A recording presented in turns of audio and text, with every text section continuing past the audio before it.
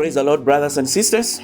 Today, our topic is the secret to unlocking God's healing power in your life. That is our topic for today. Let's pray. Heavenly Father, we come before you today with expectant heart. We declare that today is a day of healing, breakthrough, and restoration. Holy Spirit, move in power. Open our eyes to see, open our ear to hear, and our heart to receive your divine revelation. Let this word bring forth healing, miracle, and supernatural encounter. We silence every voice of doubt and declare that this message will manifest in the lives of all who received it. In Jesus' mighty name we are prayed. Amen. Many are struggling with sickness in their bodies, mind, and even souls. Some have been waiting for healing for years, crying out, "Lord, when will my healing come?" But today I come with a prophetic word. Your healing is here. I hear the Lord saying, "I am the God who heals you. I am releasing my power over your body, your emotion, and your spirit. The delay is over. The sickness that tried to hold you captive is breaking now. My healing is flowing like a river. Receive it in the name of Jesus." The enemy has whispered lies, saying, "You will never be healed. You will always be in pain." But I declare by the Spirit of God that the sickness you see today, you shall see them no more. Exodus chapter 14, verse 13. Let's now explore the three divine keys to unlocking God's healing power. Key number 1, faith in Jesus Christ. Faith is the currency of heaven. Hebrews chapter 11, verse 6.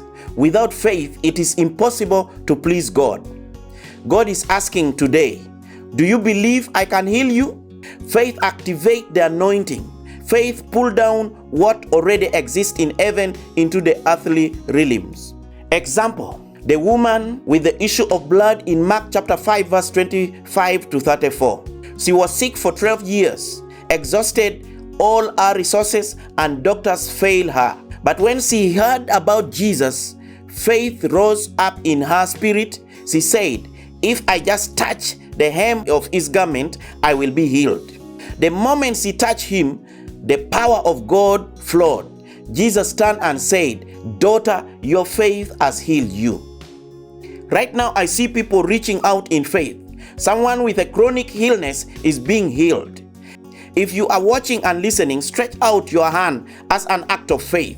Just as the woman touched Jesus, your faith is touching him now. The Lord says, "I am restoring your body. I am making you whole. The cycle of sickness is broken in the name of Jesus."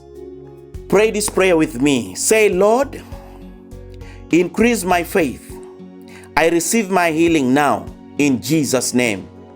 Amen." Key number 2, the power of God's word. God's word carries healing power. Proverbs chapter 4, verse 20 to 22. "My son, pay attention to my words, for they are life to those who find them, and health to one's whole body." Healing is in the word. Every time you speak the word, you are releasing divine medicine into your body. Example, Jesus healed with the word.